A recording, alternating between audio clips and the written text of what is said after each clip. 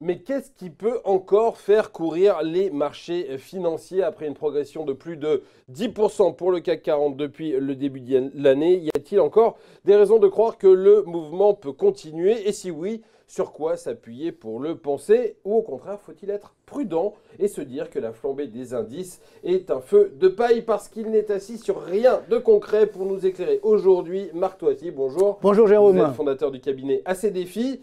Je le disais, depuis le début de l'année, un record. Début d'année assez fou pour les marchés financiers. Plus de 10% sur le CAC 40 en un peu plus de 2 mois. Même chose de l'autre côté de l'Atlantique. Qu'est-ce qui a poussé le marché à flamber comme ça depuis le début de l'année, Marc? En fait, on en parlait ici même à plusieurs reprises. C'est qu'effectivement, comme je l'ai annoncé dans mon dernier livre, Un monde de bulles, il y avait une bulle. La bulle s'est dégonflée en fin d'année dernière, entre octobre et décembre, on va dire. Et puis là, elle se regonfle. C'est-à-dire qu'on a un mouvement de nouveau où finalement, on ne veut pas voir les dangers. On pense que tout va bien. Et même quand on annonce, ce qui tout fait justifier un ralentissement de la croissance mondiale, je vous rappelle que la bourse est censée anticiper la croissance mondiale. Pourquoi? Parce qu'en fait, la bourse, ça valorise des profits, des bénéfices. D'où viennent ces profits? De la croissance, tout simplement. Et donc, si la croissance ralentit, mécaniquement, les profits ralentissent, donc la bourse doit aller un peu moins bien. Et là, c'est exactement l'inverse. Effectivement, on est retombé sur nos vieilles habitudes. Tant mieux, j'ai envie de dire. C'est vrai qu'il n'y a pas beaucoup de placements alternatifs. Donc, la bourse reste quand même un bon placement, effectivement, à long terme. Mais là, ça va un petit peu trop vite. Et surtout, ce qui est toujours dangereux dans ces mouvements boursiers, c'est qu'il n'y a pas de sous-bassement économique. Il faut une réalité économique derrière, sans parler des dangers, on va certainement les évoquer parce qu'il y en a beaucoup. Mais d'abord, la réalité économique. On a un ralentissement de la croissance mondiale. On était autour des 3,5, 3,3 l'année dernière. On va tomber vers 3, moi je pense même 2,8 en 2019. Et là, on fait comme si tout allait bien dans le meilleur des mondes. Vous l'avez dit, la bourse est censée anticiper la croissance de l'économie mondiale. Elle est censée, et on va revenir sur ce terme censé, parce qu'en ce moment, il y a une vraie dichotomie entre tout ça. Peut-être juste un mot, il y a un rapport de l'OCDE qui a été publié cette semaine et qui va dans votre sens, qui dit que la croissance mondiale est en train de se ralentir. Qu'est-ce que nous dit l'OCDE? Qu'est-ce que nous apprend l'OCDE? En fait, l'OCDE a repris mes prévisions d'il y a 6 mois, si vous voulez, seulement aujourd'hui, toujours un peu de 6 mois de retard. Vous avez fait un petit chèque Même pas. Moi, je fais ça gratuitement, c'est de bonne volonté, on va dire. Donc, l'OCDE, le FMI, en fait, il y a les deux grands organismes internationaux. Ils disent, attendez, ça va un peu moins bien. Et là aussi, c'est justifié, parce que c'est vrai qu'on a eu un 4e trimestre 2018 bien plus mauvais que prévu par certains. Mais le vrai problème de 2019, parce qu'on pourrait dire, ça y est, ça va mieux, on est reparti comme en 40 en 2019. Ben non, le problème, c'est quoi? C'est que les indicateurs avancés, c'est comme ça qu'on fait des prévisions. Donc, les indicateurs des directeurs d'achat, notamment dans l'industrie, nous montrent, tenez-vous bien, qu'aujourd'hui, il y a 28 pays qui sont en récession industrielle dans le monde. 28, c'est pas rien. Et pas n'importe qui. Vous avez par exemple la Chine. Récession industrielle. Alors, c'est vrai que les services compensent, mais quand même, l'industrie est moteur, notamment en Chine. Même s'il y a un grand plan de relance qui a été mis en place. C'est clair. Non, ça rassure. Après, deuxième élément, vous avez l'Allemagne. L'Allemagne qui fait vraiment peur, parce qu'on a l'Allemagne, je vous rappelle que c'est à peu près 30% du PIB de la zone euro, donc elle tire un petit peu tout le monde. Là, l'Allemagne, quasi-récession. Baisse du PIB au 3e trimestre 2018, 0 au 4e, et pour le 1er trimestre 2019, ça s'annonce également assez mauvais. Et les perspectives ne sont pas bonnes. Là aussi, l'Italie, on est habitué, c'est vrai, récession. La France, finalement, ça va pas si mal que ça, entre guillemets, mais c'est quand même 1% de croissance, donc c'est pas non plus l'euphorie. Il y a en fait que 2 pays qui tiennent la corde, c'est les États-Unis, qui vont toujours bien, donc merci Trump et sa baisse des impôts, qui a marché, qui a fonctionné. Et ça tient le monde. Et ça tient. N'oublions pas, ce qui est important, parce que souvent on dit que les Américains vivent sur le dos des autres, certes, mais le vrai enjeu, c'est quand même on a une dynamique intérieure qui a redémarré, la consommation, et surtout l'investissement des entreprises. Donc je pense que l'oncle Sam en a encore sous le pied pendant quelques trimestres. Et puis deuxième pays qui surprend, c'est l'Inde. Je vous rappelle que l'Inde est la 2e locomotive de la croissance mondiale. C'est-à-dire dans les pays contributeurs à la croissance mondiale, vous avez numéro 1, la Chine. Chaque année, elle ramène à peu près 1,2 points à la croissance mondiale, donc c'est pas rien. Numéro 2, c'est l'Inde. Eh bien, l'Inde surprend, c'est qu'elle a un petit peu ralenti, mais les indicateurs avancés montrent qu'elle va se stabiliser autour des 7% de croissance, contre environ 6% pour la Chine. Donc ça veut dire qu'on aura quand même une bonne croissance en 2019. C'est pas la récession, mais c'est seulement autour des 2,8%. Le vrai problème, et c'est là où l'OCDE vraiment tape du poing sur la table, entre guillemets, et met le doigt sur quelque chose de très important, c'est la zone euro. L'Europe aussi avec le Brexit, puisque là, évidemment, on dépasse la zone euro, mais c'est quand même dangereux. Donc tout ça, les marchés l'ont complètement oublié.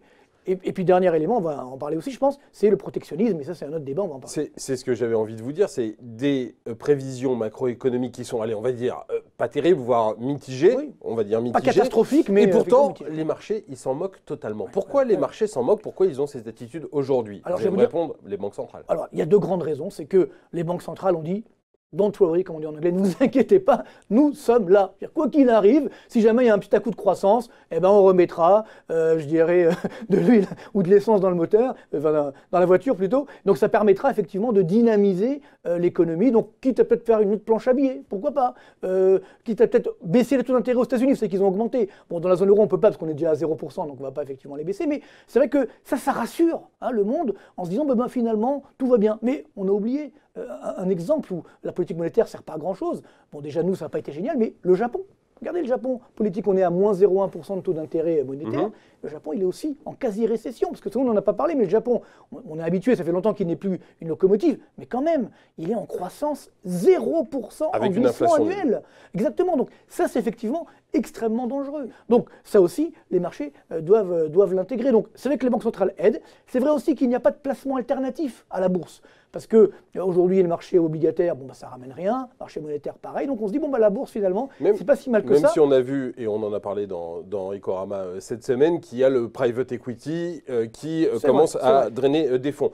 Vous nous dites qu'il y a une nouvelle bulle qui est en train de se créer. Avant, quand il y avait une bulle, les marchés financiers, ils sifflaient la fin de la récré, ils disaient maintenant ça suffit.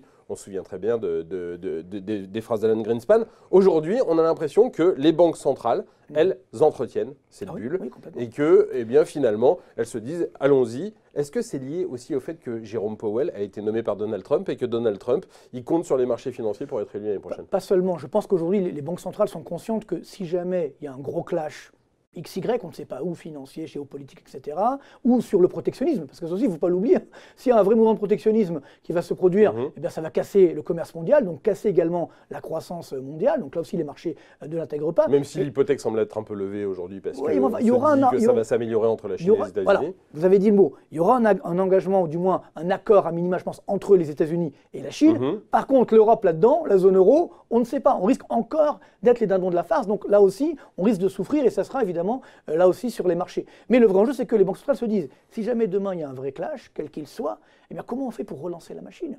Parce que justement, il y a cette crainte. Il n'y a plus de marge de manœuvre budgétaire. On est à 100% de dette publique un peu partout, à part en Allemagne. On a des déficits publics énormes. Les taux d'intérêt sont déjà à zéro, à part aux États-Unis. Comment fait-on pour relancer la machine? On ne peut pas. Donc là, les Chinois le font un petit peu. C'est vrai qu'ils ont des réserves de change, donc ils ont les moyens de le faire. Mais à part la Chine, un peu les États-Unis, les pays sont un petit peu, je dirais, seuls. Ils n'ont pas les moyens de relancer la machine. Donc c'est pourquoi les banques centrales, c'est un petit peu, je dirais, à corps perdu. Elles se disent, on ne signe pas la fin de la récré, parce que si jamais c'est la fin de la récré, ça risque d'être la fin de l'école, complètement. Ça veut dire aujourd'hui, Marc, que cette bulle, elle va gonfler, elle va gonfler, elle va gonfler, et que rien ne va l'arrêter. Alors, voilà, moi, je ne suis pas pour ça, évidemment. Alors, c'est vrai que ça entretient mon livre, parce que un monde de bulles qui est sorti au mois de septembre, on y revient, donc on retrouve les mêmes problèmes. Mais c'est vrai que globalement, le danger, c'est que tôt ou tard, cette bulle, plus elle tarde à éclater, plus ça fait mal. Donc aujourd'hui, c'est vrai que les indicateurs d'analyse technique, c'est ce qu'on appelle le chartisme, qui font un peu les marchés, parce qu'on a un marché qu'on appelle de trading, donc on ne regarde plus tellement les fondamentaux. Ce sont les ordinateurs aussi qui font beaucoup donc là, on se dit, bon, comme la bourse tient, elle va tenir. Vous savez, c'est un peu ce raisonnement. Bon, globalement, moi, j'appelle encore la prudence. C'est vrai qu'à moyen terme, je pense que la bourse reste le meilleur placement, ça c'est clair, avec l'immobilier, encore ça dépend où. Mais à court terme, je pense que là, c'est plus 10%, mérite une correction, donc ça veut dire moins 10, moins 15. Elle va venir cette correction? Oui, je pense qu'elle va venir. Alors ça peut être avec le Brexit, ça peut être, je pense surtout encore une fois sur la croissance qui n'est pas là et qui va effectivement décevoir. Donc cette croissance décevante, tôt ou tard, elle sera sanctionnée par les marchés. Je pense surtout lorsqu'on aura les chiffres du premier trimestre qui vont être assez moyens, notamment en Allemagne et également en Chine. Donc ça sera effectivement plutôt autour du printemps, si vous voulez, autour du mois d'avril, sans vouloir avril-mai. On risque d'avoir, vous savez, un mois de mai un peu compliqué. Donc là, par contre, il faut attendre cette baisse pour revenir sur les marchés boursiers. Si on a raté cette hausse, il faut attendre qu'on ait ce mouvement de baisse de l'ordre de 10 à 15% et on rachètera, on reviendra. Donc ce sera les montagnes russes, je pense, en permanence sur l'année 2019. Donc pas une année catastrophique, mais une année quand même très nerveuse, assez compliquée. Mais il ne faut pas s'emballer. Moi, je conseille toujours de ne pas tomber dans les bulles, sinon ça peut être très dangereux. Voilà, un printemps donc, qui s'annonce difficile. Vous reviendrez au premier rayon de soleil pour voir et pour commenter tout ça. Merci beaucoup, Marc Toiti, d'avoir été dans Ecorama aujourd'hui.